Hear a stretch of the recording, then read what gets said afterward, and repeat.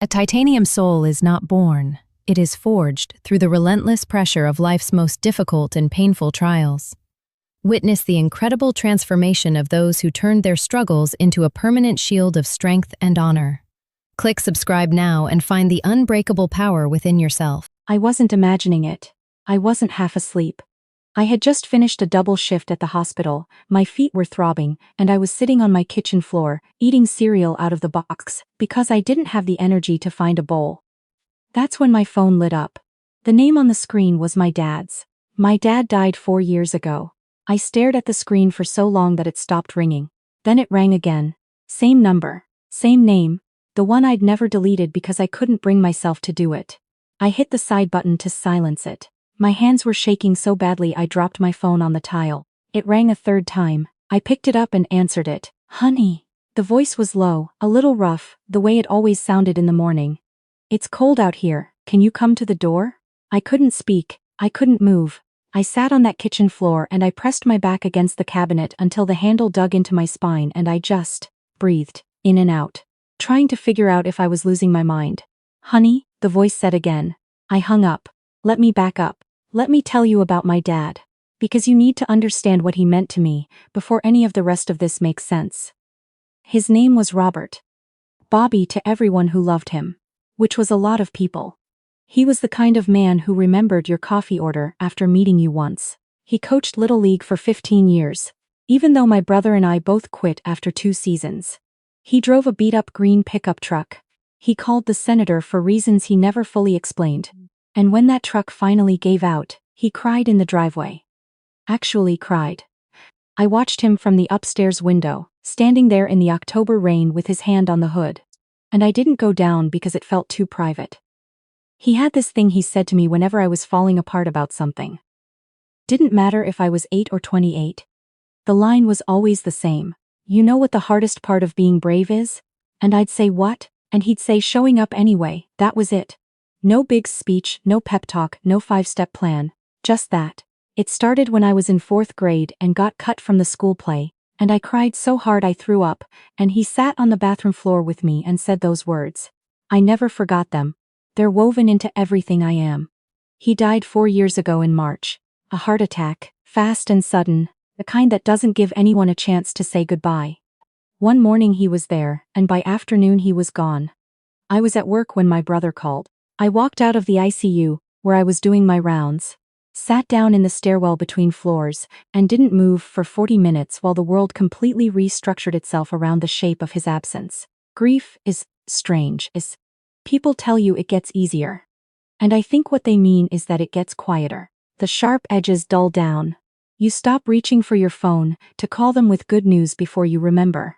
You stop setting 2 mugs instead of 1, when they used to visit on Sundays. But it never really goes away. It just gets folded into you. Becomes part of how you move through the world. I keep his number in my phone.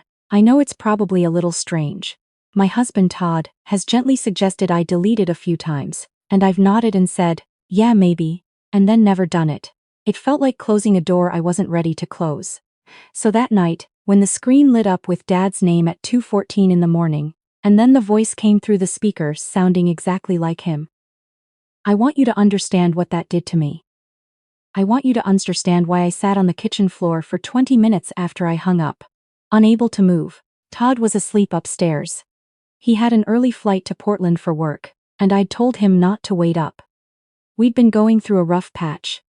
Nothing catastrophic, just the slow erosion that happens when 2 people stop making time for each other. When exhaustion becomes the default setting of a marriage. I didn't want to wake him. I didn't want to have to explain something I couldn't explain. I pulled up my call log. The number was right there. The same number I'd had for my dad for 20 years. 11 digits.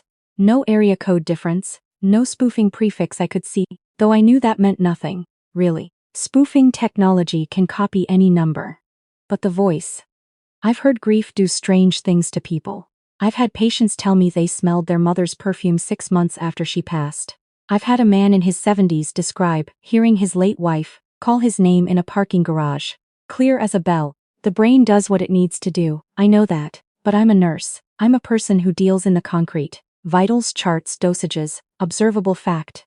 And what I'd heard on that phone was not a sound effect. It wasn't static shaped into wishful hearing. It was his voice, his cadence, the way he said the word honey, with just a slight drop at the end, like he was setting it down gently. I went to the front door. I don't know why I did it.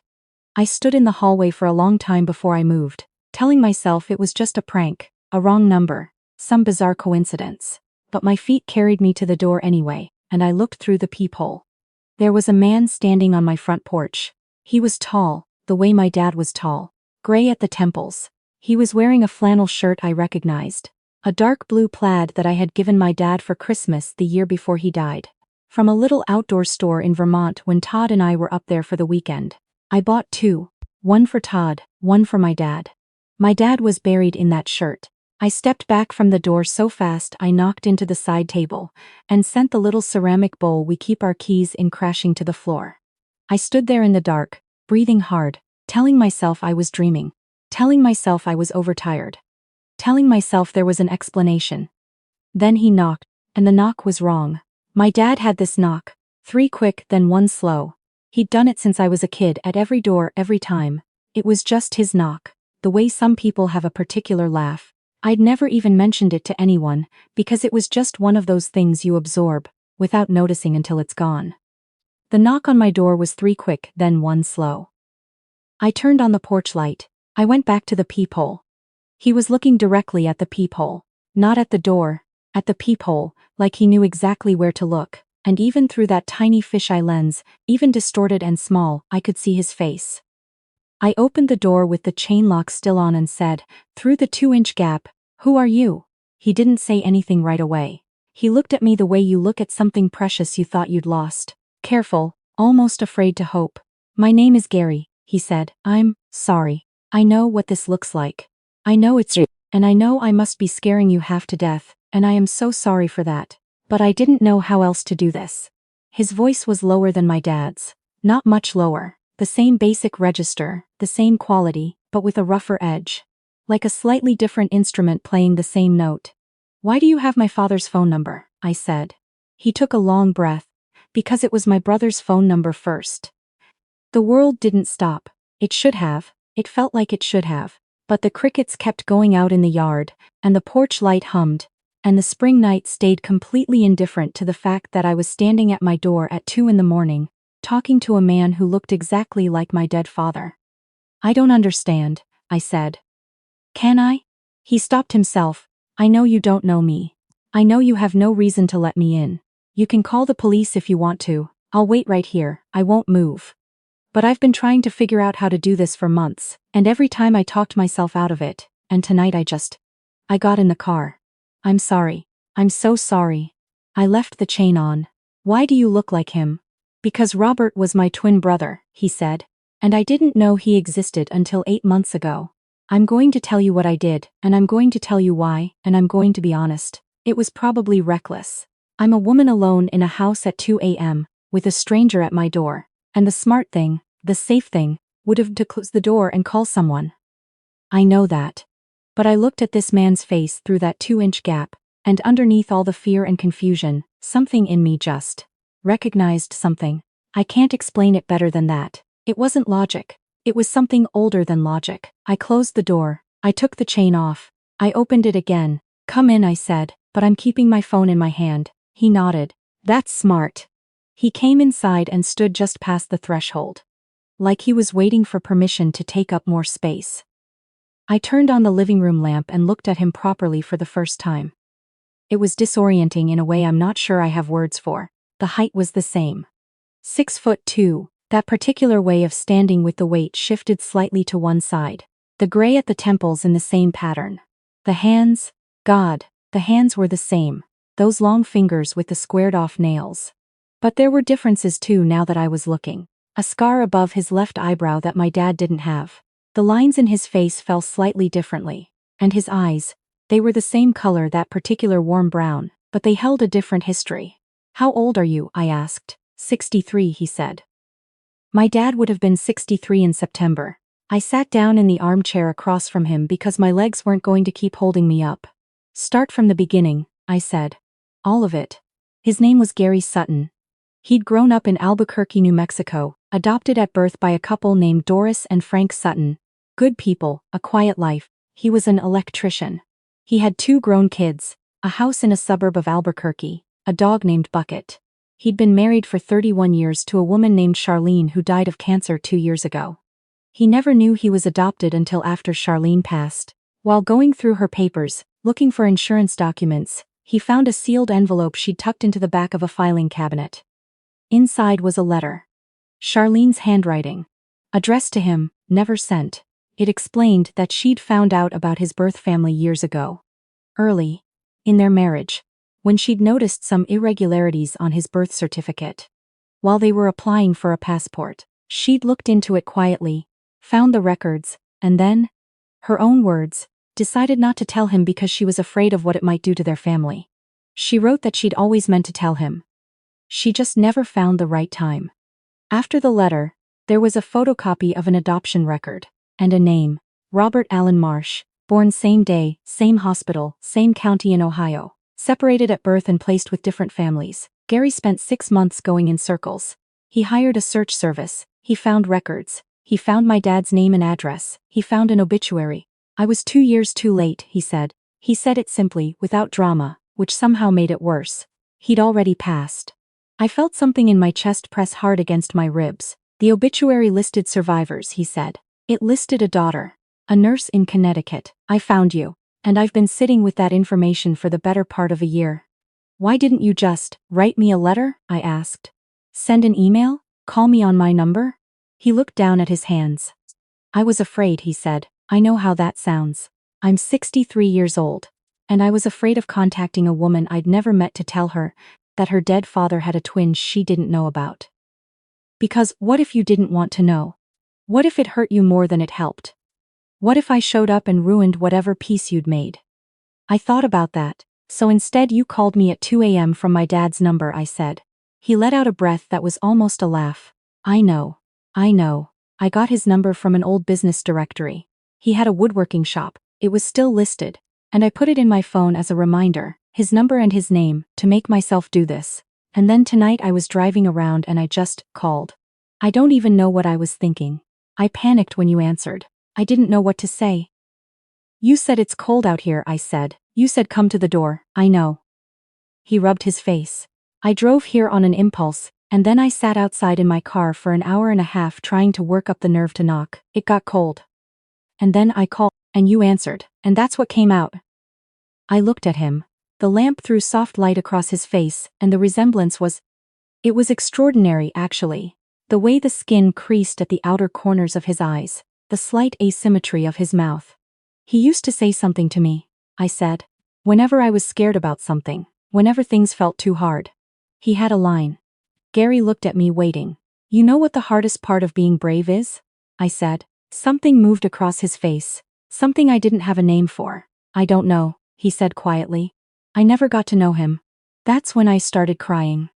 Not politely, not discreetly, actually crying.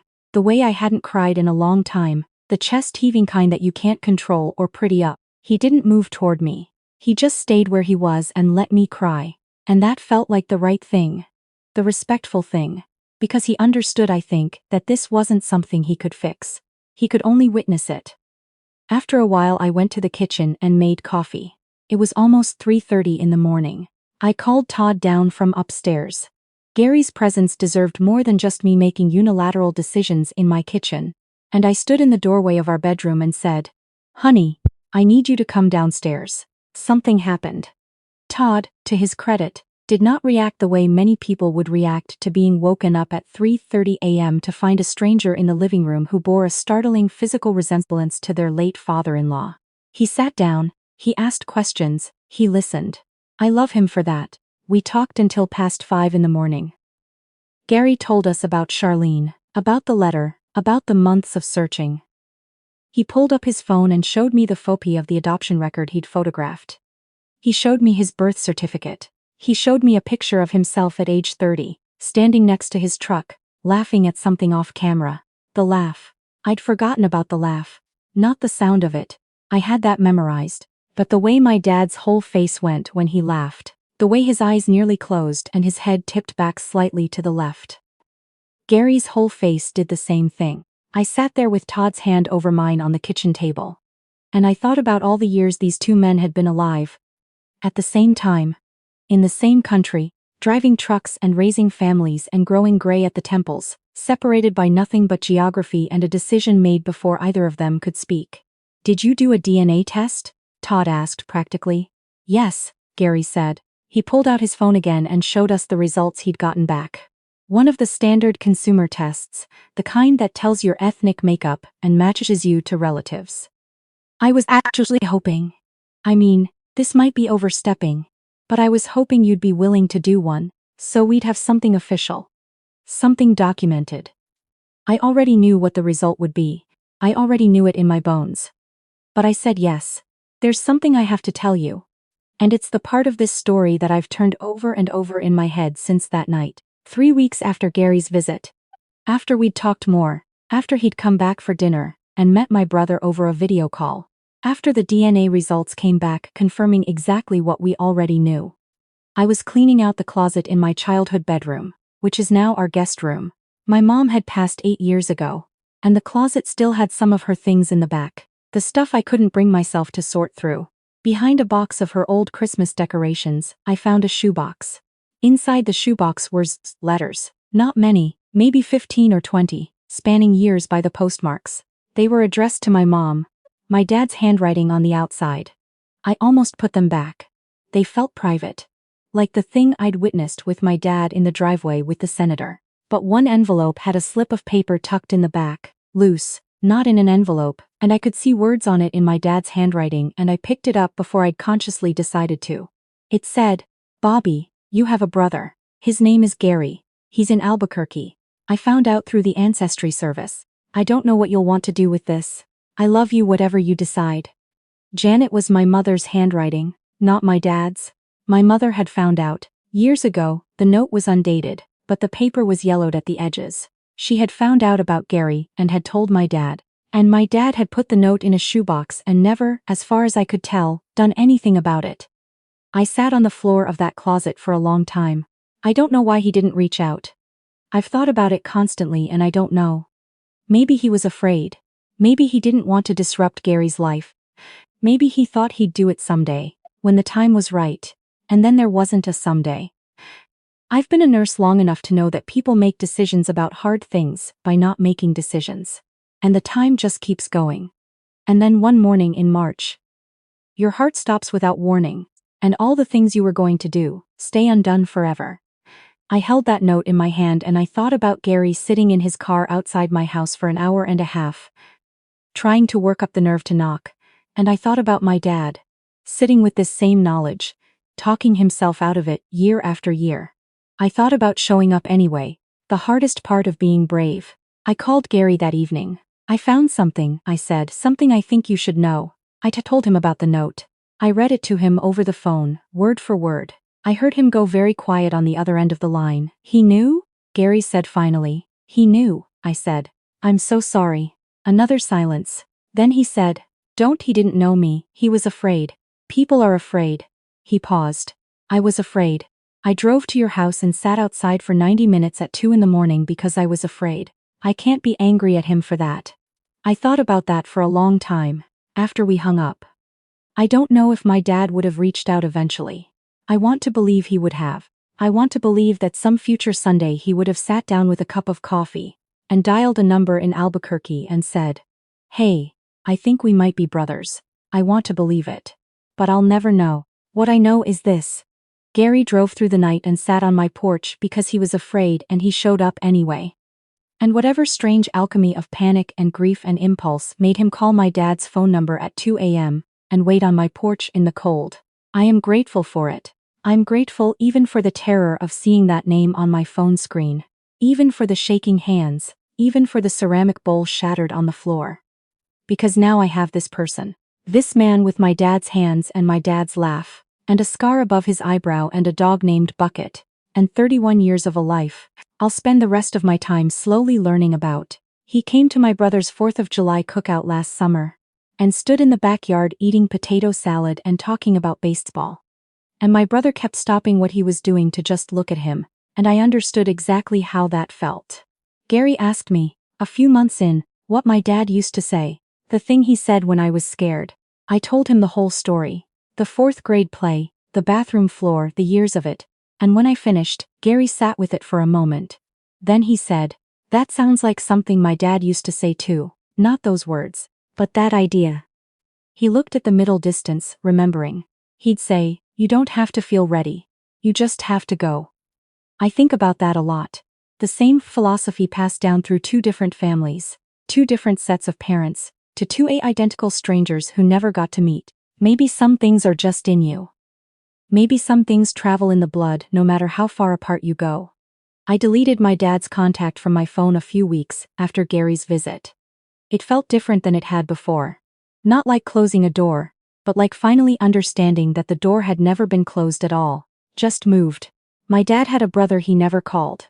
And then his brother came to my door in the middle of the night, in the cold, knocking 3 quick and 1 slow, and I opened it. Showing up anyway. That's the whole story. That's all of it.